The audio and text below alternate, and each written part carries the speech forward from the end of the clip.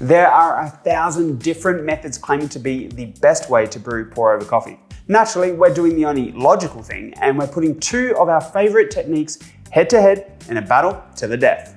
We've given two coffee pros their same coffee, which they'll brew up using their chosen methods, and then it will be judged by a professional coffee taster.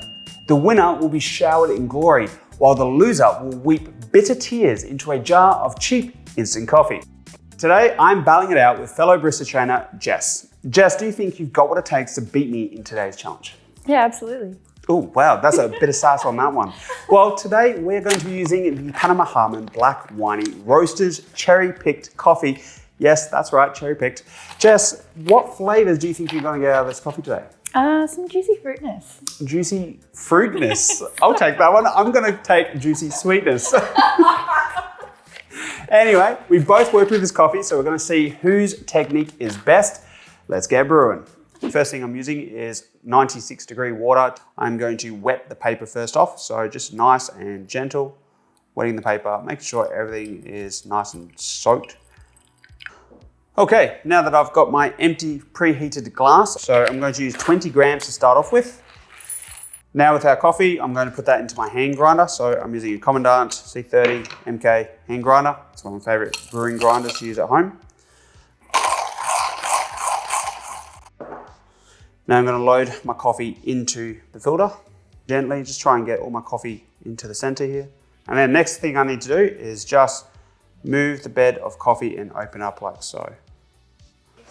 Okay, so now that I've created a little bit of a well, a dip into the bed of my coffee, I'm now going to use my 96-degree water and hit my timer. So timer starts now. And the very first thing I'm going to do is just go around the bed of coffee, wetting the entire bed. Coffee, so about 60 grams of water. So just looking at the scale here, and we're at 60. And now this is the bloom phase. So the very first thing I'm going to do is just for the next 10 seconds, I'm going to gently swirl around the water, the coffee, just to get everything nice and wet and evenly. That's 26 seconds, brilliant.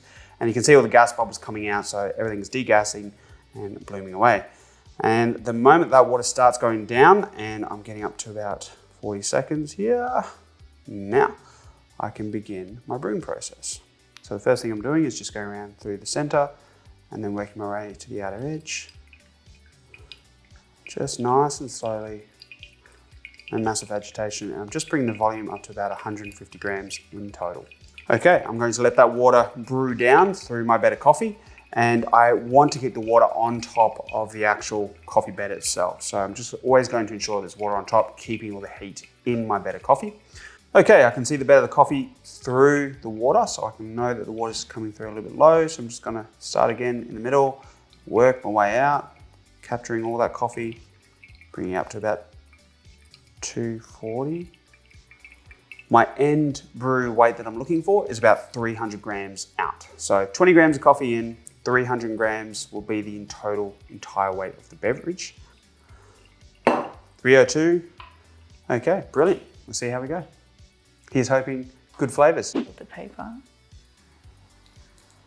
15 grams. And I ground it on the EK at 9.5, so it's quite coarse. So I flatten the bed out. I'm going to turn my timer on, tear it to 0, and off we go. So I am going to do 45 grams of water. I have my temperature at 92 degrees. I'm going to let it bloom for 30 seconds. Now I'm going to go another 45 grams until I get to 90. So I'm just going to let the water fully drain through, and then I'll move on to my next lot of 45 grams. Cool. And then the next one will be 180, and then we're going to finish at 225. All right, 180. And so the time I want to finish at is between 3 to 4 minutes. 342. Yeah, I'm feeling confident. Let's go.